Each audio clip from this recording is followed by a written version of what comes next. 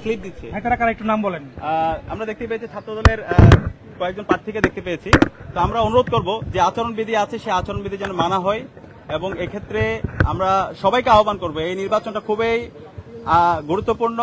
আমরা চাই শহীদদের আকাঙ্ক্ষার আলোকে একটা সুস্থ নির্বাচন বিনির্মাণ করতে এবং সারা দেশকে একটা মেসেজ দিতে।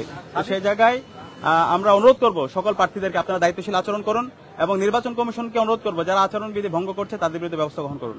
হাইকোর্ট একটা মন্তব্য করেছিল যে এই নির্বাচন জাতীয় নির্বাচনের থেকে কোনো অংশে কম না। এখন ফলাফল যা আসবে আপনার প্যানেলকে আপনারা মেনে নেবেন? আমরা পর্যবেক্ষণ করছি, আমরা আশা রাখছি এখানে আমরা যারা ছাত্র সংগঠন আছে, নির্বাচন কমিশন আছে, আমরা সবাই দায়িত্বশীল আচরণ করব। সকালে যেভাবে নির্বাচন শুরু হয়েছে আমরা আশা করব শেষ পর্যন্ত সবাই দায়িত্বশীল আচরণ করবে, এবং আমরা সামগ্রিক বিষয় পর্যবেক্ষণ করছি। আমরা আশা রাখছি সবাই দায়িত্বশীল আচরণ করবে, কিন্তু যদি আচরণবিধি কেউ লঙ্ঘন করে, কেউ আমাদের যে নির্বাচন কমিশন আছে তারা যদি কাউকে এক্সট্রা ফ্যাসিলিটিস প্রদান করে, তখন তারা শিক্ষার্থীদের বিরুদ্ধে অবস্থান নেবে। তা আমরা চাই না শিক্ষার্থী বনাম ছাত্র এই ধরনের কোনো পজিশন তৈরি হোক। আমরা চাই এই নির্বাচনের মাধ্যমে সারা দেশে চমৎকার বার্তা দিতে। আমাদের যে আজকের গত 16 বছরে আমরা যে ভোটাধিকার দিতে পারি নাই, আমাদের যে গণতন্ত্রের আমাদের কোনো অধিকার ছিল না, সেই জায়গায় আমরা গণতন্ত্রের একটা স্থায়ী রূপের দিকে আমরা একটা ম্যাচিউর পজিশনে যেতে চাই। আমরা আশা করছি ডাকসু নির্বাচনের মাধ্যমে সারা দেশকে সে বার্তা দিতে সক্ষম হবো। সবাইকে অসংখ্য ধন্যবাদ।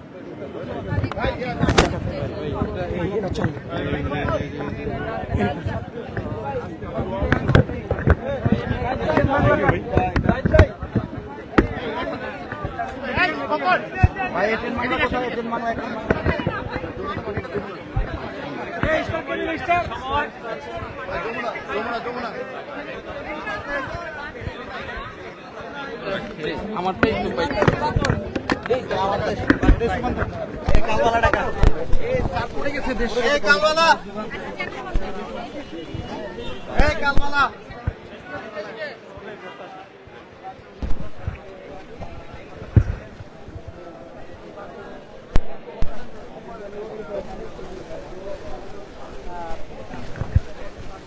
দর্শক, আমরা যেমনটি আপনাদেরকে জানানোর চেষ্টা করছিলাম, এখানে কিন্তু সাদিক কায়েম তিনি কিন্তু মাত্রই ভোট গ্রহণ শেষে তিনি কথা বলেন গণমাধ্যমের সঙ্গে, এবং তিনিও এমনটি মন্তব্য করছিলেন যে ভোট সুষ্ঠুভাবে কিন্তু হচ্ছে, এবং তারা আশাবাদী তারা এই নির্বাচনে জয়লাভ করবে বলে কিন্তু তিনি মন্তব্য করেছেন।